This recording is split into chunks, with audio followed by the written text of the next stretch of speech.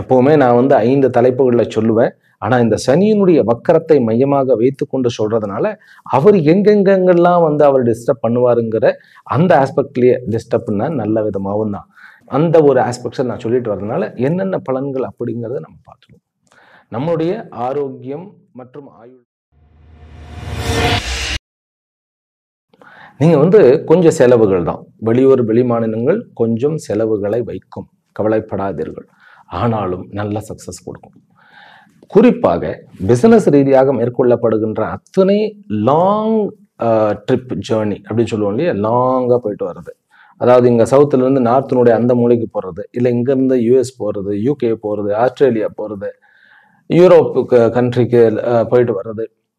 So இது எல்லாமே வந்து ஒரு நல்ல சக்ஸஸை கொடுக்கக்கூடிய அமைப்பு. ஆனால் அந்த காலகட்டத்தில் கொஞ்சம் கொஞ்சம் வந்து எமோஷனலாக நம்ம ஃபீல் பண்ணுவோம். ரொம்ப ஒரு மாதிரி என்ன சொல்கிறது, அப்ஸ் அண்ட் டவுன்ஸ். ஆமாம், ரொம்ப ஒரு மாதிரி ஹைப் ஆகுது. ஒன்று கோபம் அதிகமாக இருக்கும், அல்லது வந்து சோகம் அதிகமாக இருக்கும், இல்லைன்னா குழப்பம் அதிகமாக இருக்கும். நம்ம ஏதாவது பேசுவோம், அது வந்து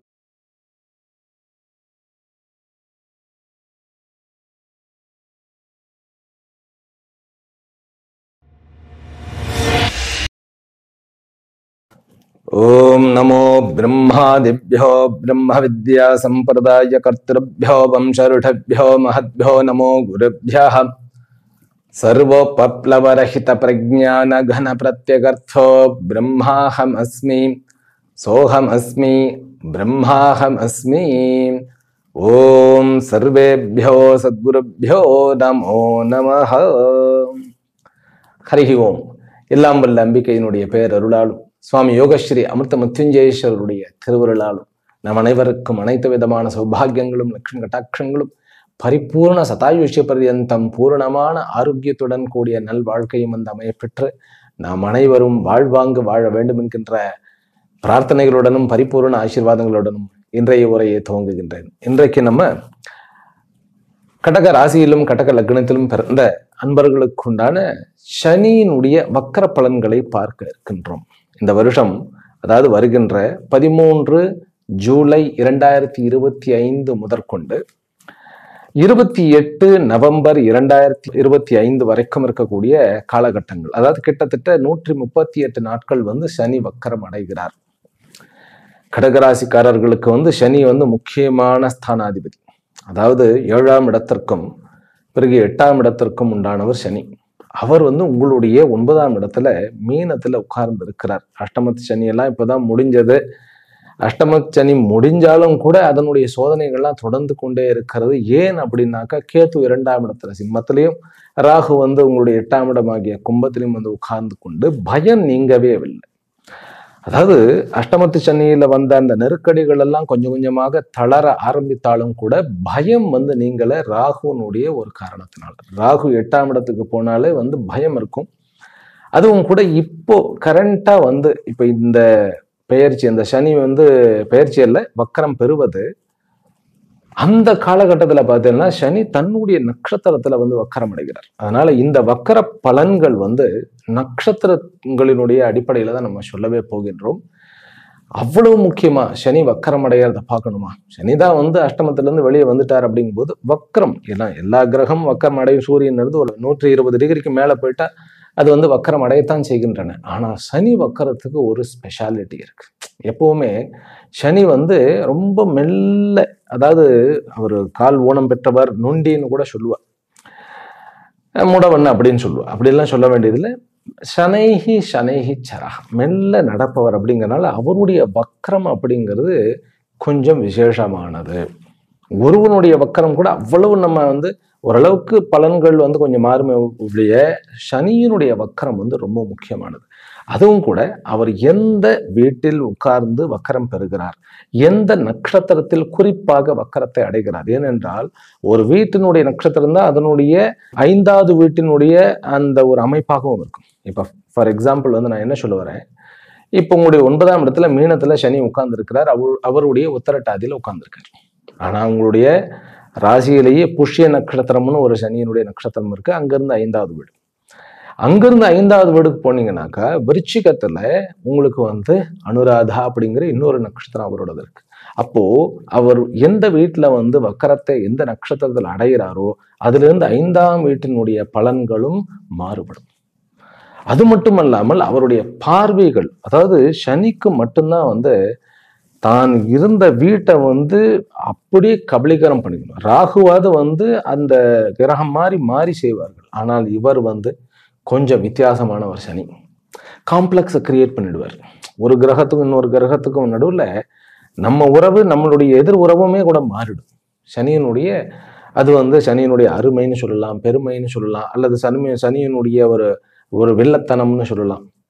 ஆனாலும் கூட இந்த சனி வந்து மீனத்துல வக்கரம் அடைகிறது பாதகம் அவ்வளவு கிடையாது.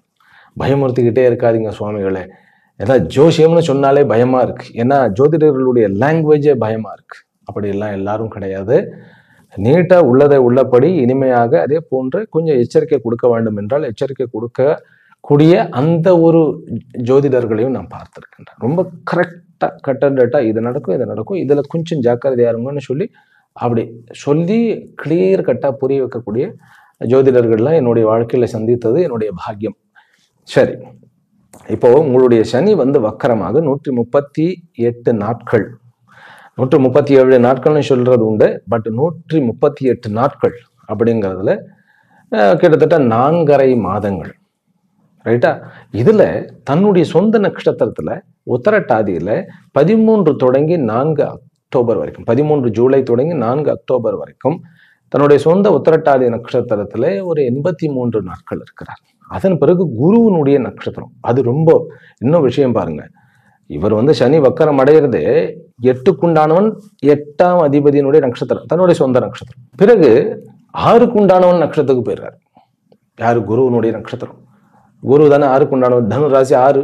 அதே போன்று 9க்குண்டான அவனுடைய இடத்திலே உட்கார்ந்து அவருடைய நட்சத்திரத்துல அவர் வந்து வக்கரம் அடைகிறார். அதாவது என்ன நட்சத்திரம் அப்படின்னா பூரட்டாதி. பூரட்டாதியில கிட்டத்தட்ட 55 நாட்கள் வந்து வக்கரம் பெறுகிறார். இப்ப இதுதான், அதாவது முதல்ல வந்து ஒரு 83 நாட்கள், அடுத்தது 55 நாட்கள். இதுல பலன்கள் எப்படி இருக்கும் கடகராசிகளுக்கு? சுவாமிஜி விளக்கறதுக்கே இவ்வளவு நேரமா சுவாமிஜி, பலன்களை சொல்லுங்க சுவாமிஜி அப்படின்னா, நம்ம பலனை வந்து பொத்தாம்பதுவா சொல்றதை விட இந்த மாதிரி விளக்கை சொல்லிவிட்டால் அந்த கால சூழ்நிலை, ஓ இதனாலதான் வருது அப்படின்னு புரிஞ்சுக்க ஆரம்பிக்கணும். நம்ம இந்த அதாவது ஜாதகம் என்கின்ற இந்த அறிவியல் மகா சயின்ஸ் ஆனது நம்ம அனைவருடைய சொந்தமானது, நம்ம அனைவருக்குமே உரிமை இருக்கிறது. ஏனென்றால் இது நம் முன்னோர்களால் கண்டுபிடிக்கப்பட்ட ஒரு மாபெரும் அற்புதம். அதனாலதான் விளக்கி விளக்கி சொல்றது. அப்போதான் அதில் நமக்கும் புரியும், ஓஹோ இதனாலதான் இது நடக்கிறது, இத்தனை நாள் இப்படி இருக்கும், ஓ இத்தனை நாள் இப்படி இருக்குமா, ரைட், அத்தனை நாள் வரைக்கும் நான் சில விஷயங்களை தள்ளி போடுவேன், மாற்றி செய்வேன், அல்லது வேண்டான்னு சொல்லி விடுறதுக்கும் வாய்ப்புகள் இருக்கு. அப்போ என்னுடைய புருஷார்த்தம்னா என்ன தெரியுமா? அதாவது ஒவ்வொருத்தருக்கும் ஃப்ரீவில் இருக்கிறது. நான் ஒரு காரியத்தை செய்யலாம், வேண்டாம் என்று ஒதுக்கலாம், அதே காரியத்தை வேற மாதிரி செய்து சக்சஸ் அடையலாம். அதற்குத்தான் ஜோதிடம். சரி, ரைட், இப்ப பலன்களுக்கு போயிடுவோம். முதல் பலன், சனி வந்து 9ஆம் இடத்துல வக்கரம் அடையும் பொழுது ஆயுள் கூடும். முதல் பலன், சனி வந்து ஏனென்றால் தன்னுடைய சொந்த நட்சத்திரத்துல வந்து அவர் வக்கரம் அடைகிறார், ஆயுள் கூடும். இது ஒரு பெரிய சமாச்சாரம் இல்லையா? சரி, இரண்டாவது பலன் என்ன அப்படின்னாக்கா, உங்களுடைய தந்தையினுடைய ஆரோக்கியம் மேலும்.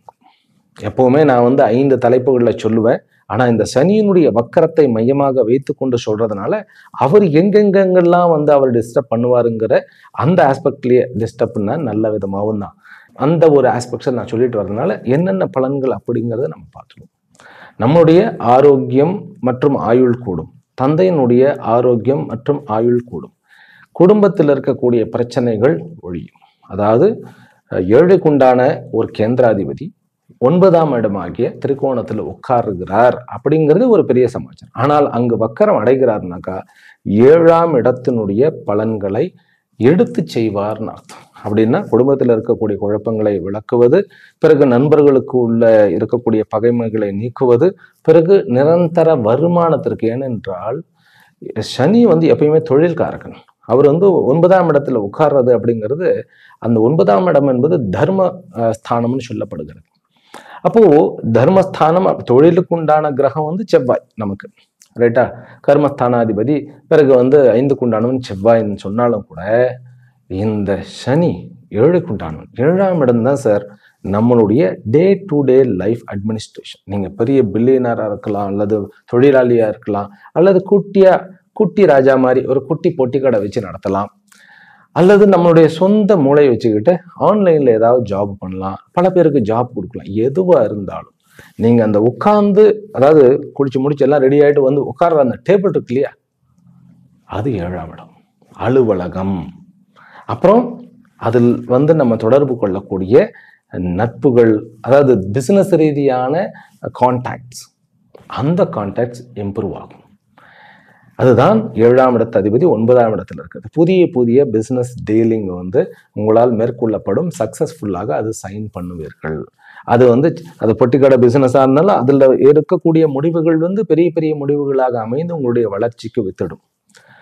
அதுல சனியினுடைய பார்வை வந்து உங்களுக்கு கன்னியில், அதாவது 3ஆம் இடத்திற்கு இருக்கிறதுனாலையும், குரு 12ஆம் இடத்துல இருந்து ராகுவோட நட்சத்திர பரிவர்த்தனை ஆயிருக்கிறதுனாலையும், உங்களுடைய கேது 2ஆம் இடத்துல இருக்கிறதுனாலையும் கான்டாக்ட்ஸ், புதிய தொடர்புகள், அதாவது தொடர்புகள்னா பிசினஸ் ரீதியான ஒரு புதிய பிஆர், பப்ளிக் ரிலேஷன்ஷிப் அப்படிங்கிறது கிடைக்கும். பிறகு நண்பர்களுக்குள்ள ஒரு புதிய பாண்டிங் உண்டாகும்.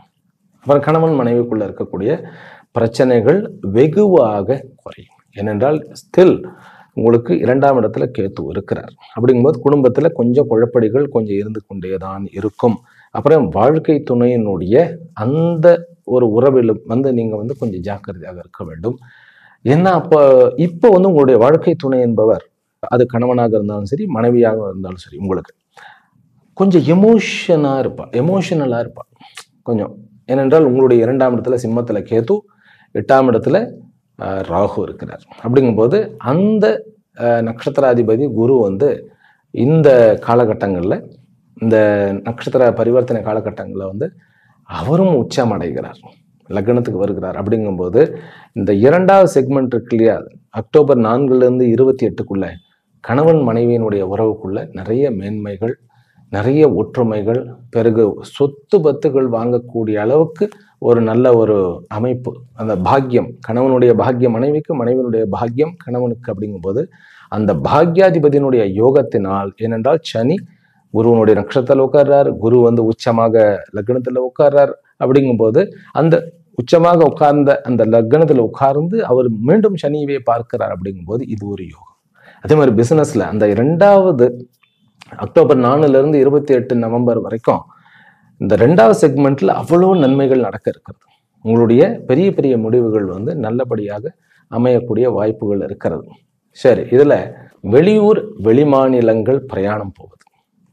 நீங்க வந்து கொஞ்சம் செலவுகள் தான், வெளியூர் வெளிமாநிலங்கள் கொஞ்சம் செலவுகளை வைக்கும், கவலைப்படாதீர்கள். ஆனாலும் நல்ல சக்சஸ் கொடுக்கும். குறிப்பாக பிசினஸ் ரீதியாக மேற்கொள்ளப்படுகின்ற அத்தனை லாங் ட்ரிப் ஜேர்னி அப்படின்னு சொல்லுவோம் இல்லையா, லாங்கா போயிட்டு வர்றது, அதாவது இங்க சவுத்துல இருந்து நார்த்தினுடைய அந்த மூலைக்கு போறது, இல்லை இங்க இருந்து யூஎஸ் போறது, யூகே போறது, ஆஸ்திரேலியா போறது, யூரோப்புக்கு கண்ட்ரிக்கு போயிட்டு வர்றது. ஸோ இது எல்லாமே வந்து ஒரு நல்ல சக்சஸை கொடுக்கக்கூடிய அமைப்பு. குறிப்பாக அதாவது முதல்ல 83 நாட்கள் வக்கரமடைகிறார், தன்னுடைய நட்சத்திரத்துல வக்கரமடைகிறார். அப்படிங்கும்போது பிரச்சனைகள் வந்து தீர்க்கக்கூடிய ஒரு அமைப்பாகும். 2வது 55 நாட்கள்ல வந்து அந்த பிரச்சனைகள் குறைந்ததுனால் நமக்கு வந்து நிறைய பலன்கள் வந்து விருத்தியாகி காணக்கூடிய ஒரு அற்புதமாகவும் நம்மளால பார்க்க முடிகிறது. மூத்த சகோதரன் மூலமாக நல்ல லாபமும், இளைய சகோதரன் மூலமாக கொஞ்சம் கஷ்டம், ஆனாலும் உதவி கிடைக்கக்கூடிய வாய்ப்பு இருக்கிறது. சரி, இதுல முக்கியமாக நான் சொல்ல வேண்டியது, அதாவது பிசினஸ் ரீதியாக ஒரு கோர்ட்டு கேஸ் இந்த மாதிரியான விஷயத்துல நீங்கள் கொஞ்சம் வந்து இந்த காலகட்டங்கள், இந்த 83 நாட்கள் இருக்கு இல்லையா, இந்த காலகட்டங்கள்ல பெரிய ஸ்டெப்ஸ் எடுக்க வேண்டாம். ஆனால் குருவனுடைய நட்சத்திரத்துக்கு வந்தவுடன் அக்டோபர் 4லேருந்து 28 நவம்பர் வரைக்கும் இருக்கக்கூடிய காலகட்டத்துல கண்டிப்பாக உங்களுடைய கேஸை வந்து முன்னின்று நீங்கள் எடுத்து நடத்தினீர்கள் என்றால், அது என்ன வழக்காக இருந்தாலும், அது கல்யாண ரிலேட்டட் திருமண பந்தத்தினுடைய வழக்காக இருந்தாலும், அல்லது பிசினஸ் ரீதியான வழக்காக இருந்தாலும், அல்லது நில புலன்கள் போன்ற ப்ராப்பர்ட்டி சம்பந்தப்பட்ட விஷயங்களாக இருந்தாலும் உங்களுக்கு வெற்றி கிடைக்கும். இது வந்து சனியினுடைய அருள். ஆமாம், சனியினுடைய அருள். அதாவது இக்கட்டான சூழ்நிலையில அது ஒரு ராகு உட்கார்ந்துருக்கிறாருங்கிறது மறந்துடவே கூடாது. 8ஆம் இடத்து ராகுங்கிறது உங்களை தூங்கவே விட மாட்டார். ஒரு மாதிரி ஏதாவது ஒன்று போனா ஒன்று பிரச்சனைகள் வந்து கொண்டே இருக்கக்கூடிய ஒரு அமைப்பாக இருக்கும். இருந்தாலும் இந்த சனியாகப்பட்டவர் அந்த ஒரு வெற்றியை அதுல இருந்து அந்த பிரச்சனையில இருந்து நம்மளை விலக்கி விட்டுறார். முக்கியமாக ஆரோக்கியம், அதுவும் 6ஆம் இடத்தினுடைய பலன். அப்ப 6க்கு உண்டானவன் வந்து 6க்கும் 9க்கு உண்டானவன் லக்னத்துல ஏறும்போது அந்த நட்சத்திரத்துல சனி வக்கரம் அடைகிறது 7க்கு உண்டானவன் ரொம்ப முக்கியம். அப்படிங்கும்போது ரிலீஃப் கிடைக்கும். அந்த 55 நாட்கள் வந்து எல்லா பிரச்சனைகளிலிருந்தும் உங்களுக்கு டப்புன்னு ஒன்றாக விடுதலை கிடைக்கும். நமக்கே ஆச்சரியமா இருக்கும். ஆனால் அந்த காலகட்டத்தில் கொஞ்சம் கொஞ்சம் வந்து எமோஷனலாக நம்ம ஃபீல் பண்ணுவோம். ரொம்ப ஒரு மாதிரி என்ன சொல்றது, அப்ஸ் அண்ட் டவுன்ஸ். ஆமாம், ரொம்ப ஒரு மாதிரி ஹைப் ஆகிறது. ஒன்று கோபம் அதிகமாக இருக்கும், அல்லது வந்து சோகம் அதிகமாக இருக்கும், இல்லைன்னா குழப்பம் அதிகமாக இருக்கும். நம்ம ஏதாவது பேசுவோம், அது வந்து வில்லங்கமாக போயிடும். இதெல்லாம் இருக்கும். சரி, அதனால தான் கடகராசிக்காரர்கள் இந்த சனி பயிற்சி காலகட்டங்களில் எஸ்பெஷலாக நம்ம என்ன பண்ணலாம் அப்படின்னு கேட்டால், பைரவருடைய உபாசனை தாராளமாக பண்ணலாம். அதுலேயும் கூட கால பைரவருடைய உபாசனையை வந்து பண்ணணும். ஏற்கனவே 8ஆம் இடத்துல ராகு இருக்கிறதுனால நம்ம ராகு காலத்துல செவ்வாய்க்கிழமைகளில் ஏனென்றால் அவர் தான் வந்து உங்களுக்கு தொழில் ஸ்தானாதிபதி, அப்புறம் 5ஆம் புண்ணியஸ்தானாதிபதி. செவ்வாய்க்கிழமைகளில் ராகு காலத்துல நீங்க போய் துர்கைக்கு விளக்கு போடுவது அல்லது துர்கை கோவிலுக்கு போய் அர்ச்சனை பண்றதுங்கிறது ரொம்ப சிறப்பு. ரைட்டா? மற்றபடி உங்களுக்கு ஜாப் ரிலேட்டட் ஒர்க் பண்றவங்களுக்கு இது ஒரு பெரிய அற்புதம். இதுல முதல்ல உத்திரட்டாதி பண்ணும்போது வேலையை விட வேண்டும் அப்படிங்கிறவர்கள் வந்து வேலையை வந்து பேப்பர் போடலாம். என்ன சுவாமிஜி யோசனை பண்ணி தான் சொல்றீங்களா அப்படின்னாக்கா கண்டிப்பா போடுங்க. போட்டோம்னா உடனே அடுத்த அந்த ஒரு நட்சத்திரம் வருது இல்லையா, குருவனுடைய நட்சத்திரம், உங்களுக்கு வேலை கிடைச்சிடும். ஆமா, பட் ஆனால் யோசனை பண்ணுங்க. ஒரு தடவைக்கு 10 தடவை யோசனை பண்ணி பேப்பர் போடணும்னா தாராளமாக போட்டுக்கலாம். புதிய தொழில் நான் மாறணும் அப்படின்னாக்கா கண்டிப்பா இது வந்து நல்ல ஒரு டைம் தான். வீடு மாற்ற வேண்டும் அப்படிங்கிறது கொஞ்சம் யோசனை பண்ணுங்கன்னா, இருப்பிடத்தை மாற்றுவது அப்படிங்கிறது இப்போ வந்து ராகு மேல வந்து குருவனுடைய பார்வை இருக்கு. அதே போல 4ஆம் இடத்தையும் குரு பார்க்கிறார். அப்படின்னாலும் கூட சனியினுடைய பார்வையும் உங்களுடைய 11ஆம் வீட்டிற்கும் பிறகு 6ஆம் வீட்டுக்கும் இருக்கிறது. அதையும் பார்த்துக்கணும். கொஞ்சம் சலசலப்பு, தேவையில்லாத ஒரு இஷ்யூ, புதிய ஒரு சூழ்நிலையை வந்து நம்ம வந்து டக்குன்னு இது பண்ணிக்க முடியாது. அதாவது அக்லமடைஸ்ன்னு சொல்லுவோம். அதாவது நம்ம எங்கேயாவது போய் புதுசாக போய் செட்டில் ஆனோம்னாக்கா அங்கே ஒன்று கூடுறதுக்கே ஒரு அட்ஜஸ்ட் ஆகிறதுக்கு கொஞ்சம் டைம் ஆகுது இல்லையா, அதில் கொஞ்சம் சனி ரொம்ப ஸ்லோ. அதனால வீடு மாறுவது மட்டும் வேண்டாம். ஆனாலும் கூட நீங்கள் வந்து ப்ராப்பர்ட்டி வாங்குறது, டீல் பண்ணுறது, இது எல்லாமே இந்த 2வது செக்மெண்ட் அக்டோபர் 4லேருந்து 28 நவம்பர் வரைக்கும் தாராளமாக பண்ணலாம். படிக்கக்கூடிய மாணவர்களுக்கு முதல் செக்மெண்ட் வந்து கொஞ்சம் சிரமமாக இருக்கும். ஏன் சுவாமிகளே அப்படின்னாக்கா, அது கொஞ்சம் மந்தத்தன்மையை உண்டாக்கக்கூடிய ஒரு காரணம் இருக்கிறது. அந்த மந்தத்தன்மை ஏன் அப்படின்னாக்கா, இந்த அவருடைய சனியினுடைய நட்சத்திரம் அனுராதா 5ஆம் இடத்துல இருக்கு இல்லையா, அதனுடைய காரணத்தினால அங்க வக்கரம் பெறும்போது ஒரு மாதிரியான வீம்பு, ஒரு மாதிரியான நம்மளே செய்ய மாட்டோம், சோம்பேறித்தனம், வீம்பு. அந்த சோம்பேறித்தனத்தையும் ஒரு வீம்பையும் ஒரு விரக்தியையும் ஒதுக்கிவிட்டு மாணவர்கள் புக்கோட நம்ம காலையில் படிக்கணும்னா படிக்கணும். நம்ம எடுத்த ப்ராஜெக்டோட தான் போகணும். ஏன்னா 8ஆம் இடத்து ராகு வந்து நம்மளை வந்து கொஞ்சம் குழப்பிக்கிட்டே இருப்பார். மனசு இடம் கொடுக்கூடாது. அதுக்கு தான் வந்து பைரவருடைய உபாசனை செய்ய வேண்டும்.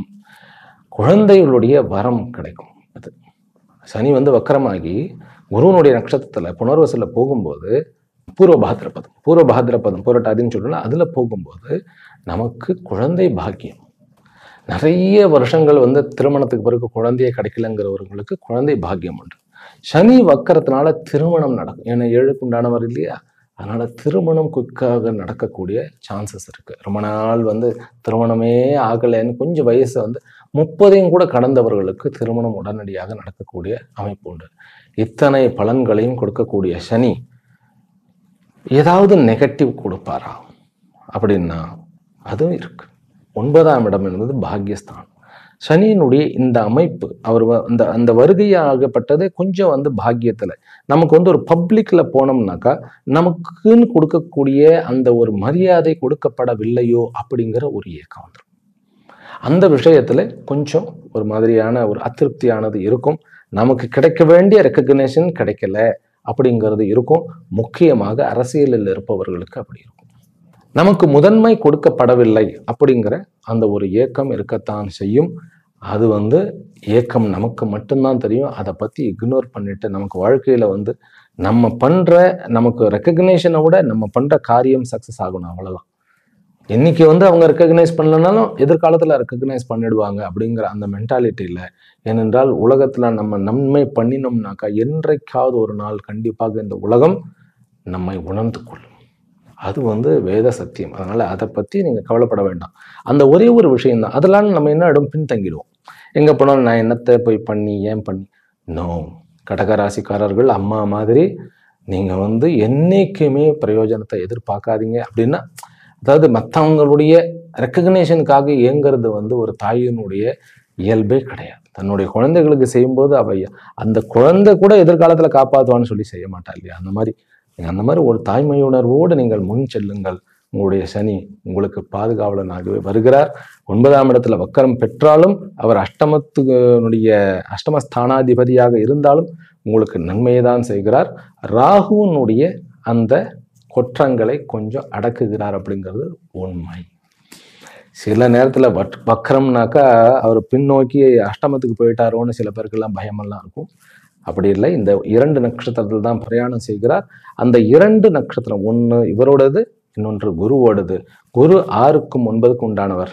அவர் லக்னத்துக்கு போகிறார். அப்படிங்கும்போது இந்த வக்கரச்சனி காலம் இந்த ஒரு 138 நாட்களில் நீங்கள் நிறைய பாசிட்டிவிட்டியை கடைசியில் 134 வக்கர நிவர்த்தி ஆகும் பொழுது அப்போ அந்த குருவனுடைய இதுலேயே பாசிட்டிவாக வரும் பொழுது நிறைய முன்னேற்றங்கள் இருக்கிறது.